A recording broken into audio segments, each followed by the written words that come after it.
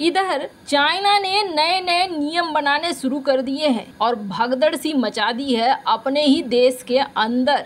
जानेंगे किस तरीके से चाइना इकोनॉमिक तबाही की तरफ बढ़ रहा है। तो वहीं दूसरी तरफ उधर पीएम मोदी अमेरिका पहुंचे और खालिस्तान के सबसे बड़े नेता 48 घंटे से गायब। आखिर मामला क्या है, जानेंगे जियोपॉलिटिक्स में क्या कुछ चल रहा है। आइए जानते हैं इन खबरों को विस्तार से। चाइना की इकोनॉमी एक बड़े बबल की तरह अब फूट गई है और ये चीज देखने को मिल रहा है। अचानक से चीन में ऐसे ऐसे नियम लागू किए जा रहे हैं जो अजीबोगरीब नियम है और अजीबोगरीब आदेश जारी किया जा रहा है। वैसे चाइना इसका नाम अलग दे रहा है, लेकिन असलियत ये है कि इस वक्त चीन की इकोनॉमी धड़ाधड़ होकर गिर रही है। निवेश कम हो रहे हैं और एक्सपोर्ट भी कम हो रहे हैं, जिसका असर देखने को मिलने लगा है। जिनपिंग ने कई बड़े बिजनेसमैन से बातचीत की, टेस्ला के सीईओ तक से बातचीत की, लेकिन टेस्ला के सीईओ जहां चाइना को छोड़कर पीएम मोदी से मुलाकात होते ही ये कह रहे हैं कि मैं और मेरी टेस्ला दोनों भारत में आ रहे हैं। इसका संकेत ही बता रहा है कि भारत में बड़ा निवेश अब बढ़ेगा।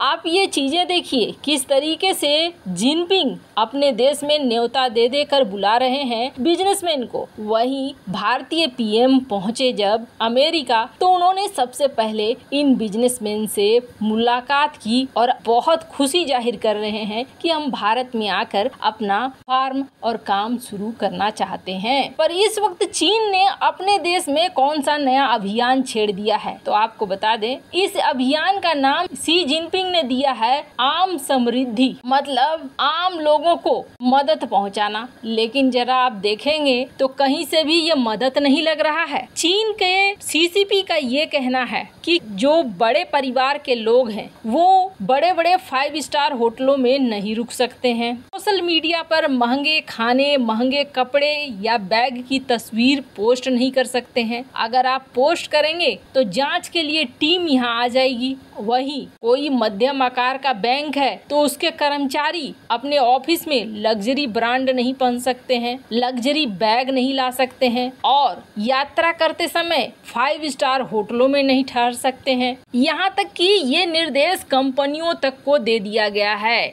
सरकारी बीमा कंपनी अपने बड़े अधिकारियों को कह रही है कि महंगे कपड़े आप नहीं पहनेंगे। और सिर्फ इतना ही नहीं, जो बैंक हैं, बड़े बड़े bank, industrial and commercial bank of China, China construction bank Corp, अब ये अपने कर्मचारियों के कुछ भत्तों में कटौती की योजना बना रही हैं, जिसमें से कुछ भत्तों को बंद किया जा रहा है। जैसे जब गर्मियों की छुट्टियां होती थी ना, तो $210 का ग्रीष्मकालीन भत्ता मिलता था, लेकिन इसी महीने ये भत्ता खत्म कर दिया गया है। वेतन बोनस में भी कटौती की जा रही है। कहा जा रहा है 15% तक वेतन को कम किया जा रहा है। तो कई बैंकर तो 30 से 50% की कटौती का आरोप भी लगा रहे हैं। ये कह रहे हैं कि अब यहाँ पर बहुत ज्यादा कटौती होने लगी है। सरकारी कर्मचारी और प्राइवेट कर्मचारी दोनों के वेतन में लगातार कटौती होती हुई दिख रही है। अब असल मामला क्या है, तो आपको बता दें, जो एक्सपर्ट हैं वो ये कह रहे हैं कि चाइना के अंदर अब एक आर्थिक तूफान जन्म ले रहा है और इस तूफान के अनुसार करीब $57 ट्रिलियन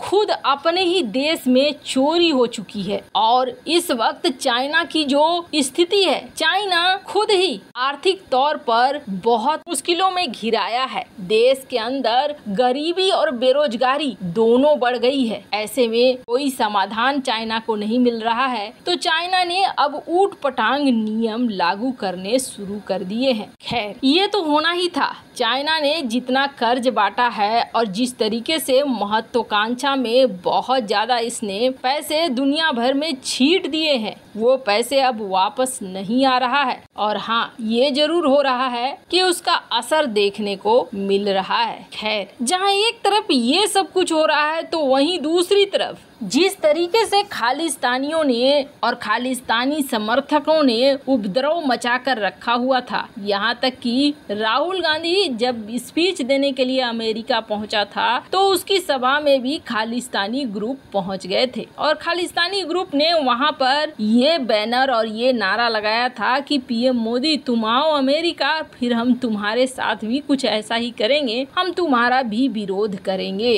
पीएम मोदी की जो अमेरिका यात्रा है वो अमेरिका यात्रा जिस पर रूस, चाइना सहित पूरी दुनिया की नजर है, इस यात्रा से पहले ही अब न जाने कैसे और कौन है जो ठोकना शुरू कर रहा है, खास तौर पर खालिस्तान समर्थकों को और ऐसे लोगों को जो चीफ और ऊंचे पोजीशन पर बैठे हुए हैं। ऊंचे पोजीशन पर बैठे ये खालिस्तानी समर्थक बड़े बड़े गुल खिलाते हैं, ये बात तो तय है। पर हाल के दिनों में जिस तरीके से एक के बाद एक की ठुकाई हो रही है, उससे इनके ग्रुप में और कहा जा रहा है इसके संगठन में एक बहुत बड़ा डर पैदा हो गया है। पीएम मोदी की यात्रा बहुत ज्यादा महत्वपूर्ण है, खास तौर पर अमेरिका की यात्रा। भारत और अमेरिका के संबंध इतिहास में कभी मधुर नहीं रहे हैं और 1971 का युद्ध तो भूला ही नहीं जा सकता है, जब भारत के खिलाफ अमेरिका ने अपना 7वां बेड़ा भेज दिया था और अगर रूस की मदद भारत को नहीं मिलती तो शायद युद्ध का परिणाम कुछ और निकलता। पर इतिहास में थोड़ा और आगे बढ़िए तो याद आएगा एक मशहूर वाकया। पूर्व अमेरिकी विदेश मंत्री हेनरी किसिंजर ने भारत की पूर्व प्रधानमंत्री इंदिरा गांधी के लिए अपशब्दों का इस्तेमाल किया था, लेकिन उस घटना के 52 साल के बाद अब जब भारत के प्रधानमंत्री नरेंद्र मोदी अमेरिका की राजकीय यात्रा पर हैं, तो वही हेनरी किसिंजर भारत को दुनिया की उभरती हुई शक्ति बता रहा है। साल 1971 में जब इंदिरा गांधी ने अमेरिका का दौरा किया था, उस वक्त हेनरी किसिंजर अमेरिका के राष्ट्रीय सुरक्षा सलाहकार हुआ करते थे और उसमें राष्ट्रपति थे रिचर्ड निक्सन। उस दौरान निक्सन ने अपने दफ्तर के बाहर इंदिरा गांधी को इंतजार कराया था और हेनरी किसिंजर ने भारतीयों को गाली दी थी, लेकिन समय बदल गया और अब अमेरिका पलक बिछाए हुए